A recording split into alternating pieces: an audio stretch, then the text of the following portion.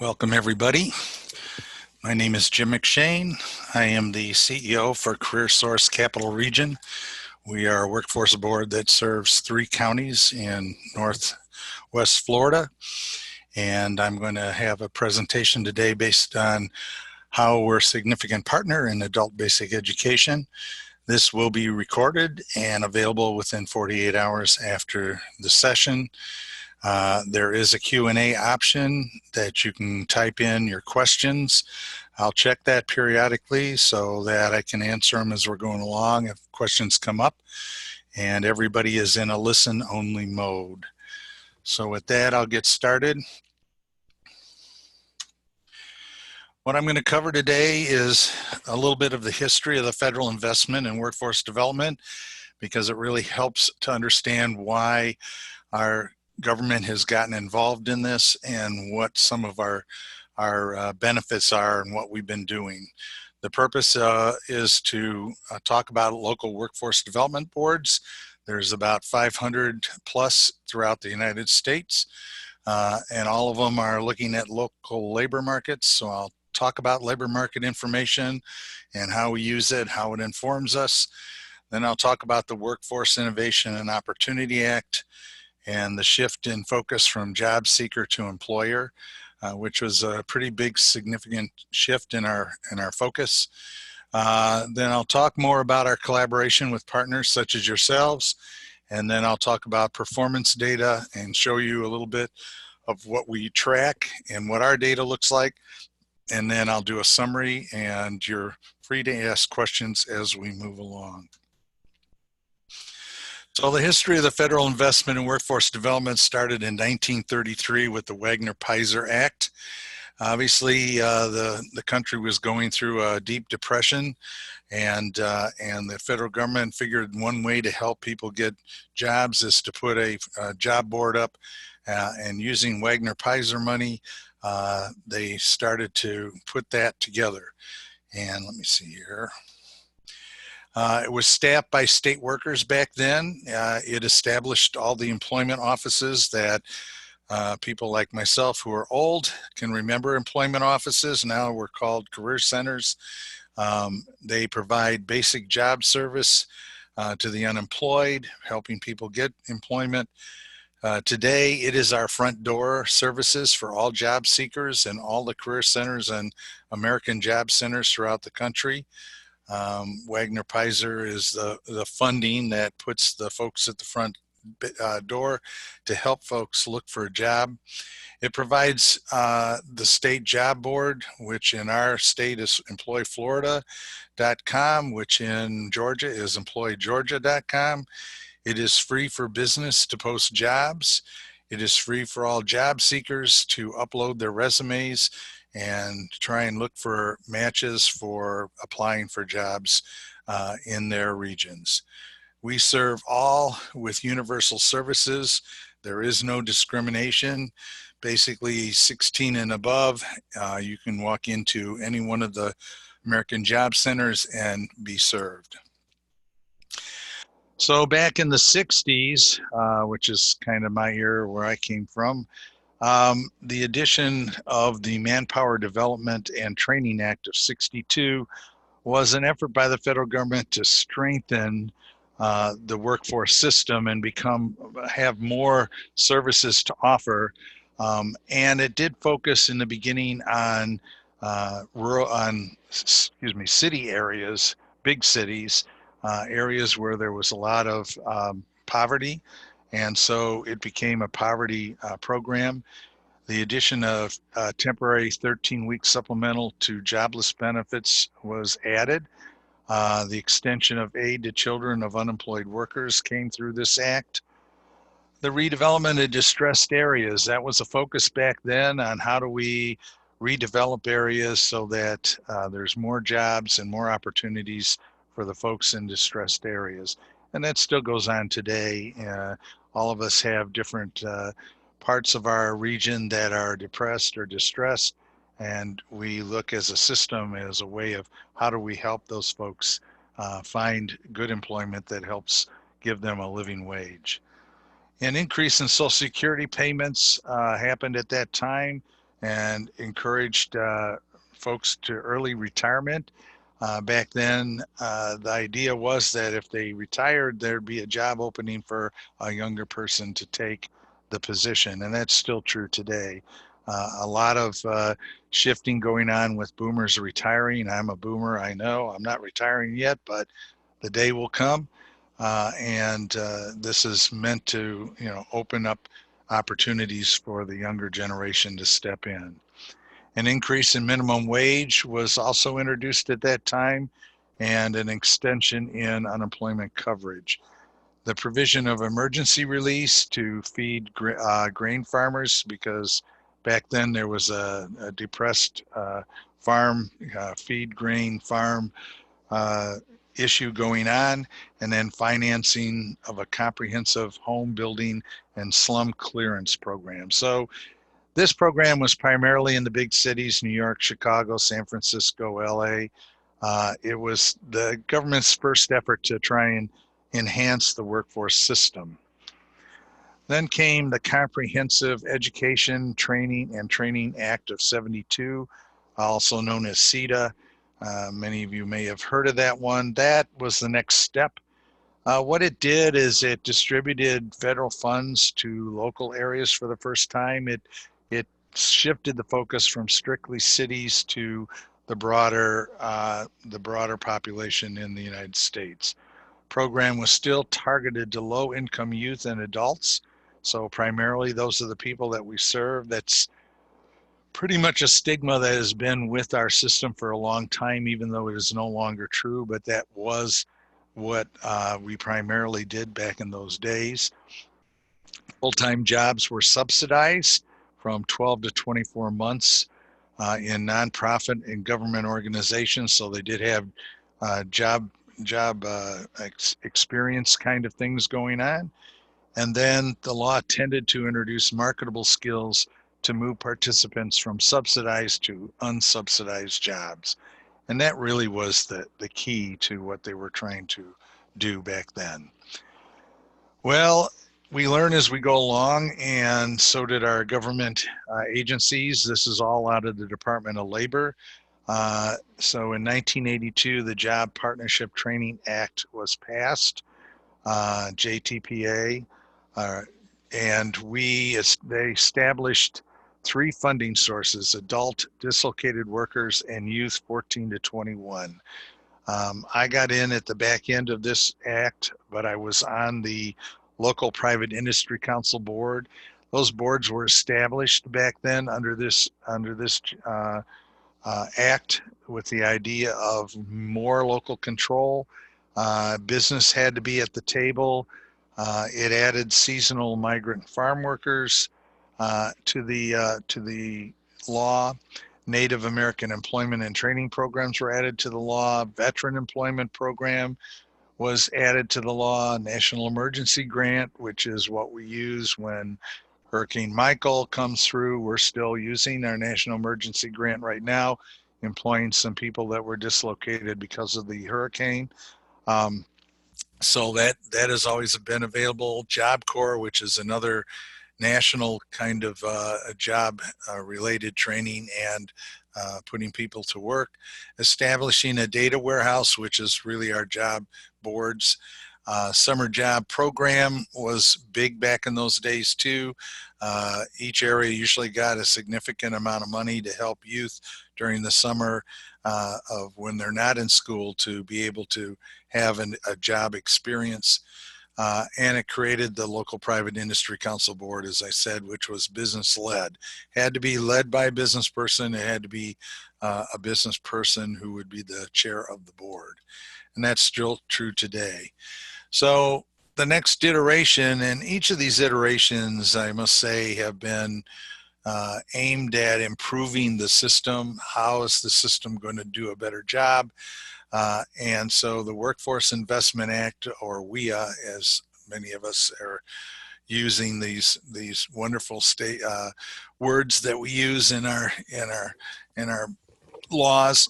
So WIA was put together in 1998. I got into the system in 1999, and it created a system that has a focus of increasing employment, providing training, and less focused on the hard to serve, so so everyone could be served with a quality set of services. So this really opened up our system to where we serve everybody.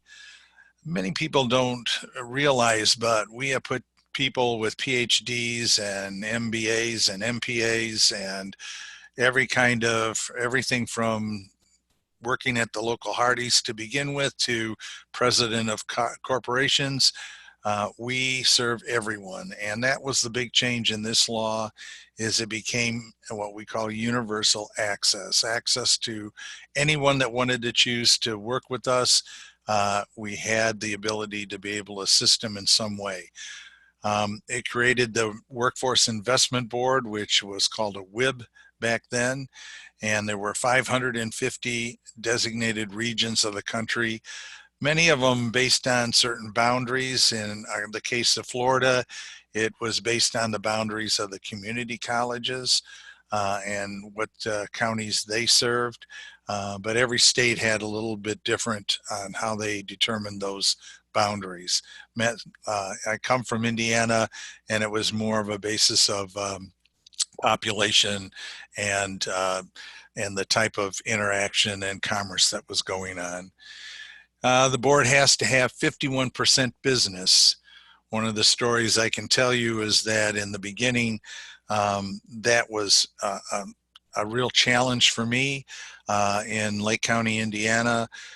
We also wanted to include the folks that were in childcare and transportation, because we realized as a board that that was those are two major obstacles to people being able to find a job and keep a job when a kid gets sick. Those are all things that people considered. So I ended up with a board of 105 individuals. And that was because I had to meet that 51% business. So it was a challenge, but we had about 85 people that were very engaged over, I'd say, a period of the first 2 to 3 years in trying to make this a benefit to the region.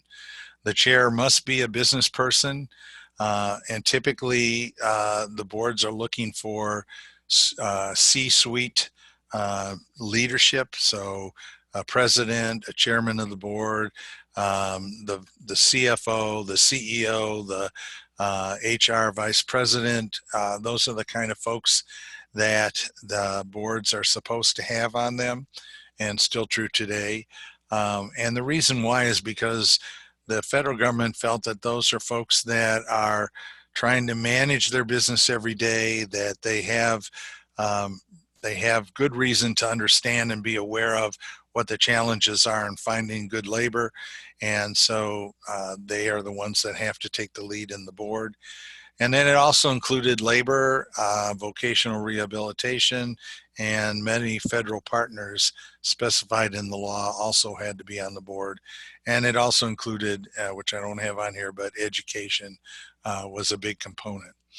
Each board has a consortium, and that consortium is made up of local elected officials who are ultimately responsible for paying back to the federal government any misspent costs. So in our system, most of us are multi-county. Some are just a single city. So the mayor would be the local elected official that would be in charge of that. For us with multi-counties, we have at least one county commissioner from each county that we serve that sits on the consortium. And the consortium is supposed to end up meeting once or twice a year. They have to elect a chief elected official because there's a lot of signatory responsibility that goes on in this system, and we need that person to be available to be able to take those, look at our budget and approve our budget, and all of the things regarding federal requirements. And so I make it pretty clear, and all of us do, that the counties are responsible for any misspent funds. And of course, the job for myself and all my peers is that never happens. But it does happen. It has happened across the country. Rare, but here in Florida, it happened down in Tampa and Pinellas just a couple of years ago, and they're still working through that. It also shifted the focus to all job seekers, not just the hard to employ. You know, prior to that, it was really focused on the hard to employ, and that's what gave us a reputation that that's all we served.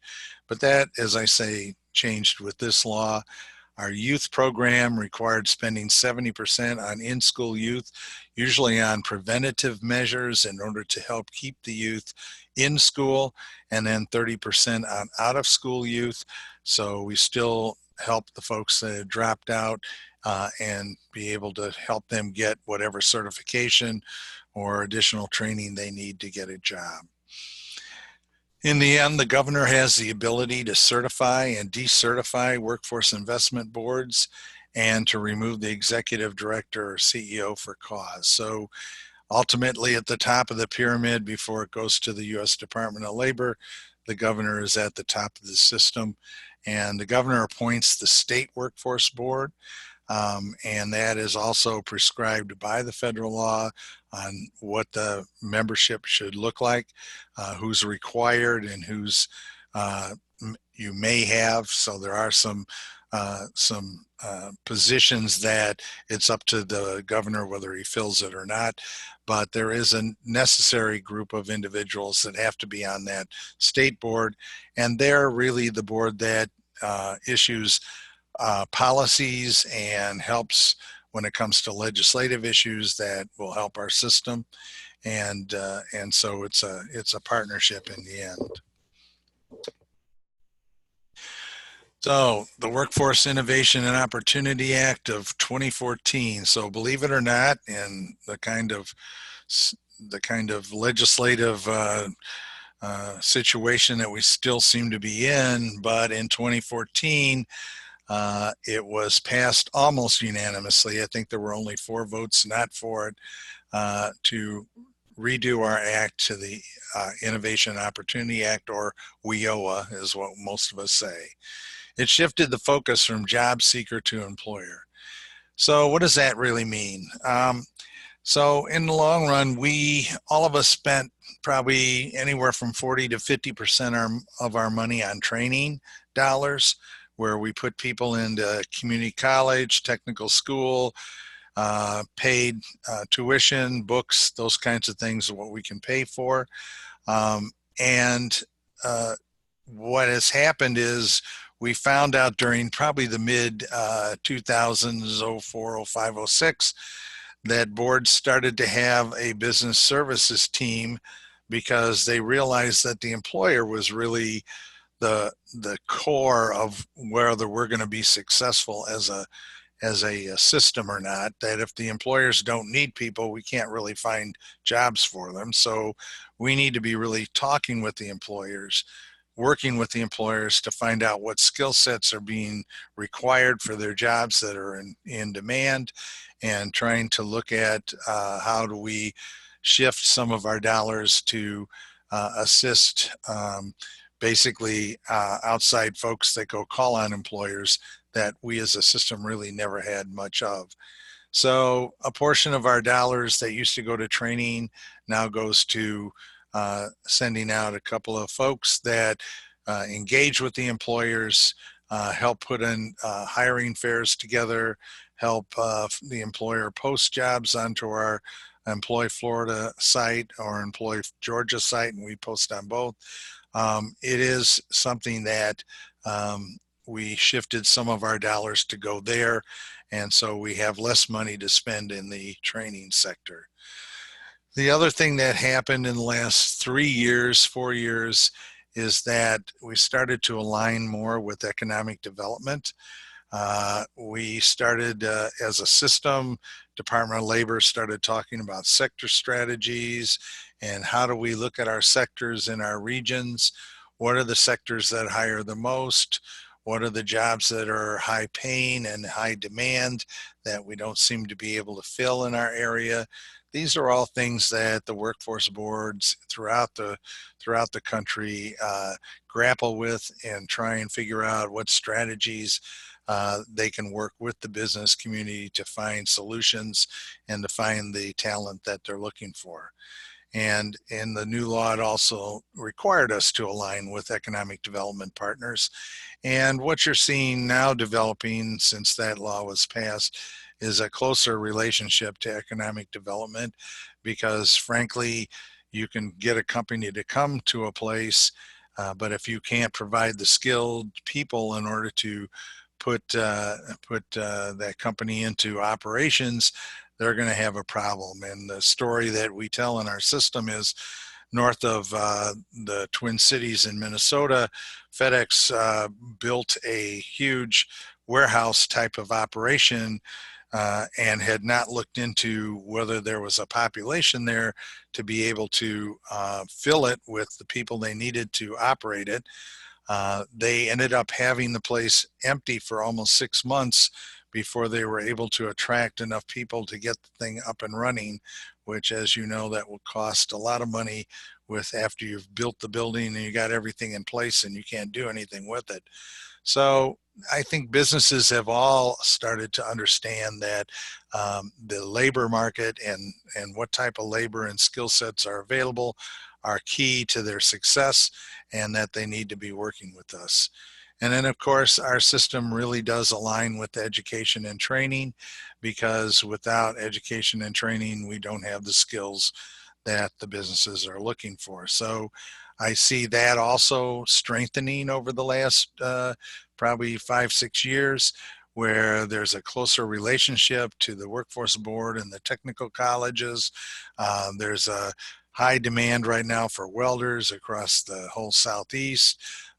We're training like 160 welders at our local technical school every year. And part of the problem the school has now is that a lot of the folks in the program get to a certain level of skill, and businesses come in and snap them up before they even have finished their training and have not graduated from their education, because the skill they got now is good enough for what that particular manufacturer is looking for.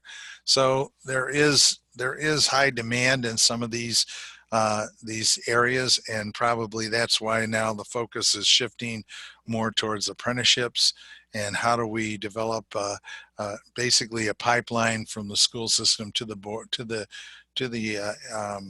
businesses, and how are the businesses going to contribute to build the kind of workforce that they're looking for. So I thought I'd let you know what the purpose of the Local Workforce Development Board is, so that you've got a better idea of what we look at and what are some of the things that drive us on a daily basis. Number one is using labor market data and information from the career centers, determining how best to invest our federal dollars. We cannot spend dollars on training if there's no demand, and if the data does not say that this is a high wage job. We can't send people to training for low wage and low skilled jobs. So that's one of the things that each board is very careful in making sure that we're sending people to training that's going to give them a good salary, a good hourly rate for their life, and have good prospect for moving up. We also oversee the training programs and assess their impact for skills and demand. This is called our ETL list. We're looking at that on an annual basis. Some of the training that some of the schools do, we take out after a while if there's no demand for them, and other ones that are new and there's higher demand for them, we add to our system. Again, it's a dynamic, and the workforce boards are there to be a convener and making sure that what we're doing is solving the ongoing issues when it comes to talent. In our law, it really tells the board has to be the convener of all things workforce in their region, and be the resource for economic development partners. So when a company is looking to come into a region, Generally, they're going to need labor data. Some of them can access this data online. There's a lot of analytics that are out there if they want to pay for it. But a lot of times they also want the local market results that we can give them, because much of the data is based on either past performance, past hiring, and the way life goes on, what happened in the past isn't necessarily what's happening now. And so we tend to be a good resource to let them know if we see changes in the market that are good for them or not good for them. We can be a helpful resource on that. Our board is also in charge of compliance. So the board is tasked with oversight, compliance, and performance requirements. And that's what my staff carry out on behalf of the board. We oversee our 3 career source centers, and our centers basically are run by a vendor that we have to put out for a request for proposal every 4 years. And we are, we're doing that actually as I'm speaking now. We're getting our next RFP ready. So that's one of the things that we have to do on a regular basis. Our board is also to develop a 4-year strategic plan that has to align with the state plan. And we're, luckily for us, we're all in this process right now to do this again. And that plan can be 70, 80 pages long, but it's supposed to give somebody who reads it an idea of what's our strategy, what do we do, how are we getting it done, what are some of the things that we see coming down the line. It is a basic document that helps determine how we operate.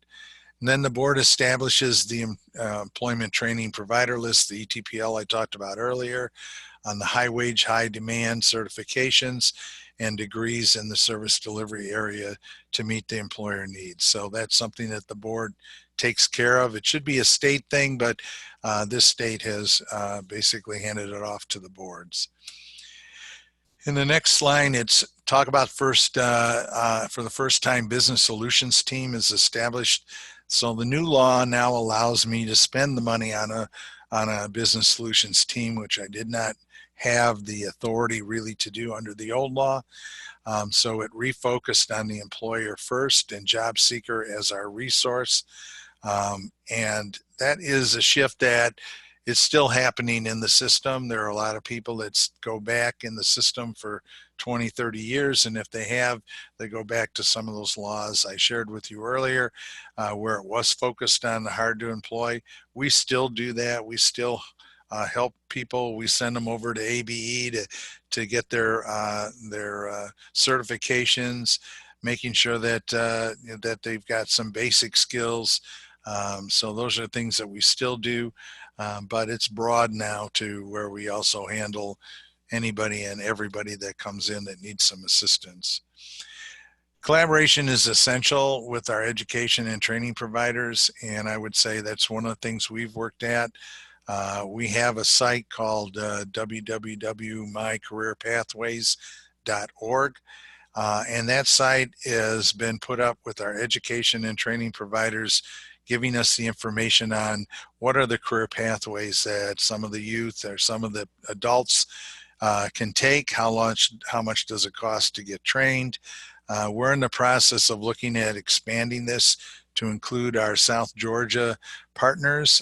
We have what we call the Florida Georgia Workforce Alliance.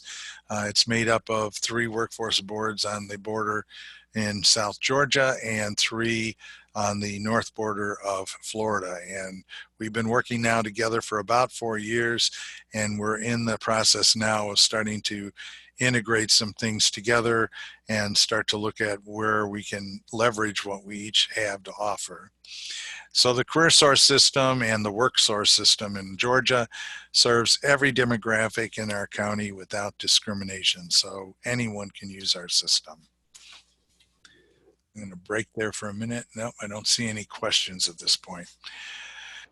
So who are some of our partners? In the new law, the WIOA law, vocation rehabilitation is now in our law as a federal mandated partner. Adult Basic Education and Literacy is in there as a mandated partner, and Blind Services is also in there as a mandated partner. But we also have a lot of other partners. Community action agencies, to me, are another group that is highly aligned with what we're trying to accomplish. And many times we have the same people that we're serving, and they have some programs to help people get out of the poverty mindset in our area. That is quite an effective program called Getting Ahead in a Just Getting By World. I can just tell you it's transformative to the people that go through it. And then there's one that keeps them on the path. There's a second training that goes on after that, Staying Ahead. And then after that, of course, we're the third part of the puzzle, where now you got to get a good job so you can afford a nice place to live. And if you need some additional training, that's what we'll do. So it is a continuum of trying to help them out. I'm also on the Continuum of Care Committee. Those are committees that work on homelessness and folks that are challenged to be able to survive, basically. So we're a mandated partner on that in our area. I'm also on the Early Learning Coalition. As you know, a good workforce means that people have to have education and training. And I'm a big proponent of the fact that from 0 to 5, we need to do much better than what we're doing right now as a country. And certainly I agree with what many areas have started to do, and that is by third grade, every third grader needs to read at a third grade level because it's a predictor for how many people end up in prison, and we have to stop that. And so my hope is that we continue to work on that. We're looking at a Children Advisory Council here in our area, which is something that can issue a tax and would help broaden the kind of services those of us that serve youth could be able to do. Chambers of Commerce, economic development agencies, city and county offices. We work with affordable housing. I'm on the Affordable Housing Advisory Council. We work really, all of us work very hard for our veterans, homeless shelters, correction institutions. As you can see, just a myriad of things that we assist people with on a regular basis.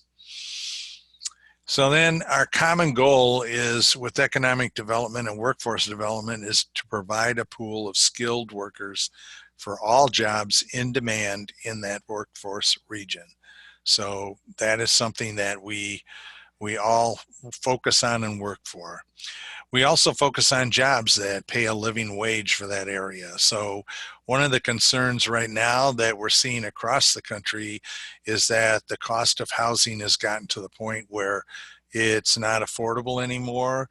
And part of what we are pushing as a system is the fact that don't call it affordable housing, call it workforce housing. Because if you don't have housing that's available for people that are earning $11 and $12 and $14 an hour, and that's what you have mainly in your area, then you're not going to have people living there that are going to be able to fill those positions.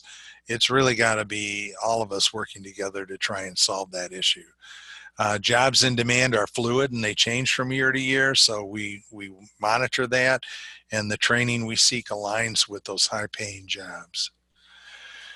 So the key players in workforce development is the local workforce investment board, our economic development organizations, technical colleges, community colleges, state colleges, universities, private colleges, multiple community-based organizations, United Way. I mean, we work with all of them. Faith-based institutions, there is a lot of good going on in that neck of the woods too. Mental health, homelessness, returning citizens, which used to be called ex-offenders, disabilities, and youth populations. We work with business associations in our chambers, and then our state workforce board here in Florida is called Career Source Florida, which is not me. I'm Career Source Capital Region. So they are Career Source Florida is the overarching state workforce board, and then we work with labor unions too. So, what are the key components of a successful workforce board? Number one is that we have to build relationships and partnerships. And I think one of the benefits of our system is that we've learned this over time. When these came out back in 2000 about MOUs, and people are like, what the heck's that? Well, memorandums of understanding in the beginning where the federal government was saying, you all have to work together. We want to see memorandums of understanding or MOUs and specific relationships to define what those relationships are. What are the shared roles and responsibilities? And who are the persons that we're agreeing to serve? And is it time limited? And how are you going to carry it out? Well, these have become much more significant. In the early days, I can tell you most of our MOUs, because nobody was really clear about what we had to do with that, we'd say, you'll help me and I'll help you. And that's kind of what the MOU said. Now they're really saying, well, what resources are you as Voc Rehab going to bring to the workforce board? And how are you going to help the board be not only helpful to you, but helpful to the people that are walking in the career centers that you both serve? So there's much more of a realization, and the federal government is finally starting to make it easier for some of these services to be able to be shared. The local workforce boards, they're essential as a public-private partnership where public funds are received, usually by the nonprofit board, and distributed according to the requirements of the law. And these are stringent requirements. So one of the things that you need to know, whether it is SNAP or Welfare Transition or Workforce Innovation and Opportunity Act, all of these grants that in Florida come through us. In Georgia, they're in different agencies, but I can tell you that they require people to be engaged, to be looking for a job, to be volunteering, to be doing certain activities that are required under the law in order for them to continue to receive their help. So the age of the old days that, and some people still think it's true, that we just hand out money by the federal government, it is not true. They have to meet requirements, and if they don't meet them, the money stops. And we're part of that system that stops the money if they're not doing what they should. Other players in the arena are like national foundations like the Annie E. Casey Foundation and other foundations. They put dollars into specific issues related to workforce, and mainly in youth, I'd say, more than anything else. And there are some private workforce collaborations going on throughout the country. So what is our strategy as a workforce development one-stop career center? We want to be a single resource to assist job seekers and employers. We handle here in Florida multiple federal, state, and local dollars to address skill shortages and training needs. Now, we don't have local or state dollars here in Florida. We are strictly federal. But there are some state dollars at the state level that go to larger businesses for training, but that's it. And I'm not sure about Georgia where they're at on some of that. Might be a little different there. The location where the business and industry, education, training providers come together to develop these plans. Our 4-year plan has to have input from our partners. And the idea is we need to continue to collaborate, share information, strategize on regional issues. How do we together go after some of these issues? We're driven by the sector strategies, and the old term in economic development are business clusters, focused on key entry positions to build skilled worker pipeline. That's probably the biggest thing we do with our business community is talk to them about that pipeline. They have to be helping in building that pipeline. The education system cannot be basically relied on and said, you got to do it all. That just doesn't work. And these businesses are reluctant. I can tell you in our area, it's a challenge to get the businesses to really engage the way they need to with our colleges and universities and our technical schools. But it's starting to happen. They're starting to realize with this low unemployment, we're sitting at 2.8% here. It's just not going to get better until they start to impact and help our education system with dollars and investment to be able to do what they need to do. Apprenticeships are evolving as an attractive way to earn and learn so that you don't accumulate college debt. In Florida here, if they go through our technical school here called Lively Tech, technical college, they basically get a free ride as an apprentice, and it doesn't cost them a dime. And it looks for our workforce system about our only cost maybe the testing at the end for them, but the business hires them. They have to be hired to begin with, and it's going to train whoever they hire anyway. But there are certain certifications that the business picks out that are applying the kind of skills that the business is looking for. So it really is a customized skill training opportunity for the businesses to train their new employees the way they want them to do what they want them to do. I can't see a downfall in that at all. It should be something that every business considers. And then labor market information that drives the strategies of our local workforce boards. We are always looking at LMI data, and then we've got Jamura Analytics here, and we can do some things that basically tries to give us a better sense of what's happening in this dynamic labor market. Incumbent worker training is also something that we have. It adds value to the workforce and the employer when employees are laid off or when employees are brand new. They can get grants from the state that will help pay for some of the training that they need to have, and especially good when there's new equipment purchased for a business, and that the jobs that new equipment's going to generate are higher skilled, higher wage jobs. That's an ideal kind of place to apply for a grant in order to pay for that. And performance data. So, as a administrator of federal funds, we are got to hit our performance. And if you don't hit it 2 years in a row and a certain amount of it, the governor can take you out and the governor can change your board. So it is incumbent on all of us to meet our performance. So federal money demands high performance for the funds that we spend. They're looking at placement and retention as key measures of our success. And then we have 12 or 14 common measures that help add credibility to our system. And what I'm showing you here is basically what we had for 2018, 2019, that we had overall placements. We had 2,200. We didn't meet our goal at 2,500, but that's still pretty significant for an agency our size to be able to do that. Placements, internal job orders, we put 287 folks in. Our goal was 500.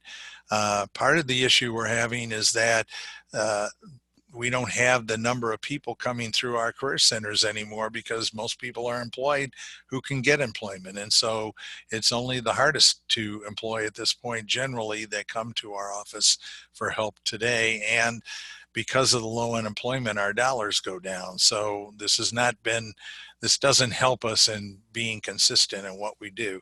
But then all the rest of the green you see on there is what we met or exceeded our performance for that year.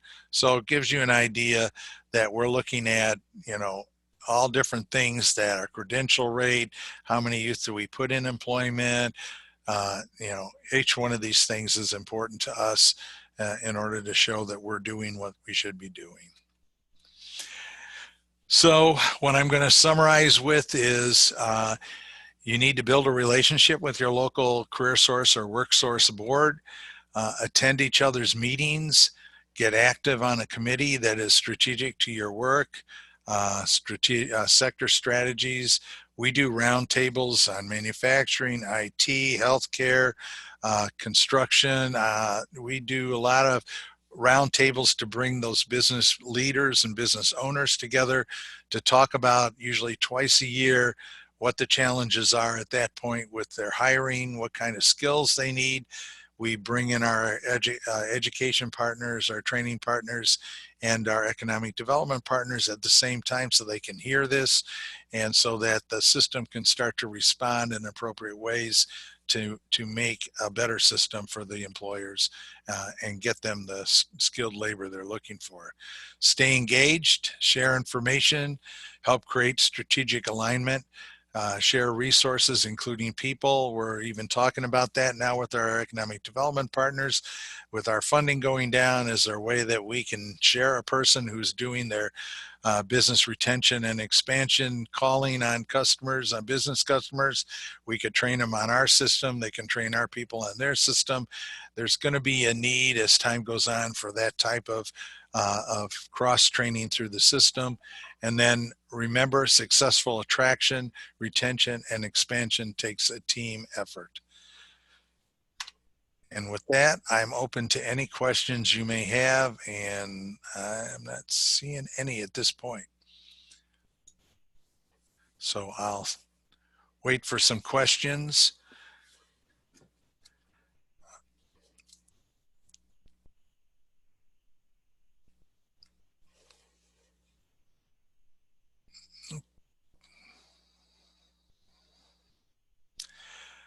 Okay, if there's no questions, we're going to need to have your feedback. There'll be 3 quick questions that'll be put up. You see them right now. Please give us your feedback and hope to see you at the next webinar. Thank you, and hopefully I was helpful in explaining the system to you.